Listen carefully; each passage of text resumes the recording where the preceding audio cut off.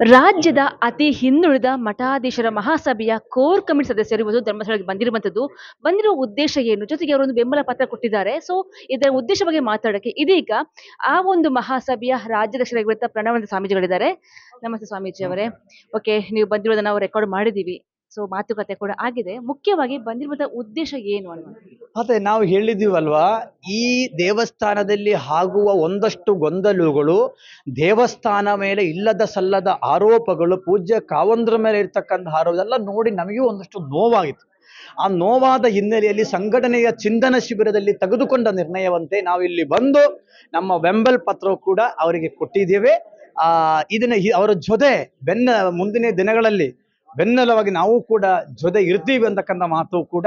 ಯಾಕೆಂದ್ರೆ ಧರ್ಮಸ್ಥಳಯ ಪ್ರತಿಯೊಂದು ಯೋಜನೆಯಲ್ಲಿಯೂ ಕೂಡ ಹಿಂದುಳಿದ ವರ್ಗದ ಕುಟುಂಬಗಳಿಗೆ ಬಹಳ ದೊಡ್ಡ ಮಟ್ಟದಲ್ಲಿ ಅನುಕೂಲವಾಗಿದೆ. ಅವರು ಬದುಕನ್ನು ಕಟ್ಟಿದ್ದಾರೆ, ಅವರು ಮಕ್ಕಳ ಮದುವೆಯನ್ನ ಮಾಡಿದ್ದಾರೆ, ಅವರ ಮಕ್ಕಳಕ್ಕೆ ಎಜುಕೇಶನ್ ಅನ್ನ ಕೊಟ್ಟಿದ್ದಾರೆ. ಈ ಮಾನವ ಜನ್ಮದಲ್ಲಿ ಇದನ್ನ ಬಿಟ್ಟು ಬೇರೆ ಏನು ಸಾಧಿಸುತ್ತದೆ? ಅದು ದೇವಸ್ಥಾನದಿಂದ ಇವರು ಮಾಡುವ ಸಂದರ್ಭದಲ್ಲಿ ನಮ್ಮ ಜವಾಬ್ದಾರಿ ಇದು. ನಾವು ಯಾರೂ ಕೂಡ ಹೇಳಿ ಬಂದದಲ್ಲ. ನಮ್ಮ ಹೊಣೆಗಾರಿಕೆ, ಹಿಂದುಳಿದ ವರ್ಗದ ಸ್ವಾಮಿಗಳ ಮಠಾಧಿಪತಿಗಳ ಹೊಣೆಗಾರಿಕೆ ಜವಾಬ್ದಾರಿ ಅಂತ ಹೇಳಿ ಇವತ್ತು ಬಂದಿದ್ದೇವೆ. ಯಾಕಂದ್ರೆ ಇದೇ ರೀತಿ ದಾಳಿಗಳು ಇತಿಹಾಸದಲ್ಲಿಯೂ ಕೂಡ ಆಗಿದ್ದಾವೆ. ಅದಕ್ಕೆ ನಾವು ಹೇಳುತ್ತೇವೆ, ಅದನ್ನೇ ಎದುರಿಸೋದಕ್ಕೆ ಪೂಜ್ಯರಿಗೆ ಶಕ್ತಿ ಇದೆ, ದೇವರ ಆಶೀರ್ವಾದ ಮಾಡಿದ್ದೇವೆ. ಇವತ್ತಿನಿಂದ ಹಿಂದುಳಿದ ವರ್ಗದ ಸ್ವಾಮೀಜಿಗಳು ಕೂಡ ಮುಂದಿನ ದಿನಗಳಲ್ಲಿ ಯಾವ ಮಟ್ಟದಲ್ಲಿ ನಾವು ಇದರಲ್ಲಿ ತೊಡಗಿಸಿಕೊಳ್ಳಬೇಕು ಅಂತಕ್ಕಂಥ ಪೂಜ್ಯ ಆಡಳಿತ ಮಂಡಳಿ ಚರ್ಚೆ ಮಾಡಿಕೊಂಡು ನಾ ಹೇಳಿದ್ದೀನಲ್ಲ, ಒಂದು ಲಕ್ಷ ಜನ ಹಿಂದುಳಿದ ವರ್ಗದ ಸೇರಿ ಧರ್ಮಸ್ಥಳದಲ್ಲಿ ಒಂದು ಭಕ್ತ ಸಂಗಮ ಏನಾದರೂ ಮಾಡಬೇಕು.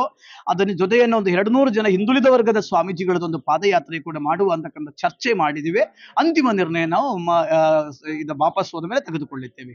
ಅಷ್ಟೇ ಅಲ್ಲ, ಮಾನ್ಯ ಮುಖ್ಯಮಂತ್ರಿಗಳಿಗೆ ನಿಮ್ಮ ವಾಹಿನಿ ಮುಖಾಂತರ ಹೇಳಕ್ ಇಷ್ಟಪಡೋದು, ಮಾನ್ಯ ಡಿ ಕೆ ಶಿವಕುಮಾರ್ ಅವರು ಹೇಳಿದ್ದಾರೆ ಏನು ಅಂತಕ್ಕಂಥದ್ದು.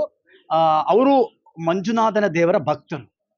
SIT ಮಾಡಿದ್ದು ಕೂಡ ನಾನು ಅದನ್ನ ವಿರೋಧ. SIT ಮಾಡುವ ಅವಶ್ಯಕತೆಯನ್ನ ಇಲ್ಲಿ ಇದ್ದಿಲ್ಲ, ಸಿದ್ದರಾಮಯ್ಯನವರು ಮಾಡಿ ಹೋದ್ರು. ಇರಲಿ, ಅದಕ್ಕೆ ನಾನು ಮಾನ್ಯ ಮುಖ್ಯಮಂತ್ರಿಗಳಲ್ಲಿ ಮನವಿ ಮಾಡುವುದು, ಕೈ ಜೋಡಿಸಿ ಮನವಿ ಮಾಡುವುದು, ಈ ಗೊಂದಲನ್ನ ನೀವು ತಿಳಿ ಮಾಡಬೇಕು, ಇದನ್ನ ಸರಿ ಮಾಡಬೇಕು. ರಾಜ್ಯದಲ್ಲ, ದೇಶದ ಕೋಟ್ಯಾಂತರ ಭಕ್ತರ ಆತಂಕವನ್ನೇ ದೂರ ಮಾಡಬೇಕು. ಯಾರಿದಾರೋ ತಪ್ಪಿದಷ್ಟರ ಹಿಂದೆ ಕಠಿಣ ಕಾನೂನು ಕ್ರಮವನ್ನು ಜರುಗಿಸಬೇಕು. ಇದಷ್ಟೇ ನಮ್ದು ಬೇಡಿಕೆ. ಈಗ ನೀವು ಧರ್ಮಾಧಿಕಾರಿ ಜೊತೆ ಮಾತುಕತೆ ಮಾಡಿದ್ರಿ. ಸೊ ನೀವು ಬಂದ ಆ ಒಂದು ಅವ್ರು ಏನ್ ಹೇಳಿದ್ರು, ಯಾವ ಖುಷಿ ವ್ಯಕ್ತಪಡಿಸಿದ್ರು? ಅವರು ಭಾರಿ ಚೆನ್ನಾಗಿ ಮಾತಾಡಿದ್ರು, ಹೇಳಿದ್ರು. ಅವರು ಅವ್ರ ಆರೋಗ್ಯ ಬಗ್ಗೆ ಕೂಡ ನಾವು ವಿಚಾರ ಮಾಡಿದ್ರು. ನಿಮ್ಮ ಜೊತೆ ನಾವು ಇರ್ತೀವಿ ಸ್ವಾಮೀಜಿ ಅಂತಕ್ಕಂಥ ಮಾತು ಅವರು ಹೇಳಿದ್ದಾರೆ. ಇಷ್ಟೇ ಸಾಕಲ್ಲ, ಬೇರೆ ಏನ್ ಬೇಕು? Thank you madam, thank you. ಇವಿಷ್ಟು ಏನೆಲ್ಲ ಮಾತುಕತೆ ಆಯಿತು, ಸೊ ಯಾವುದರ ಚರ್ಚೆ ಆಯಿತು ಇದ್ರ ಬಗ್ಗೆ ಮಾಹಿತಿ. ಪ್ರಸಾದ್ ಜೊತೆ ಶ್ರೇಯಸ್ ಶೆಟ್ಟಿ, ಸುದ್ದಿ ನ್ಯೂಸ್, ಧರ್ಮಸ್ಥಳ.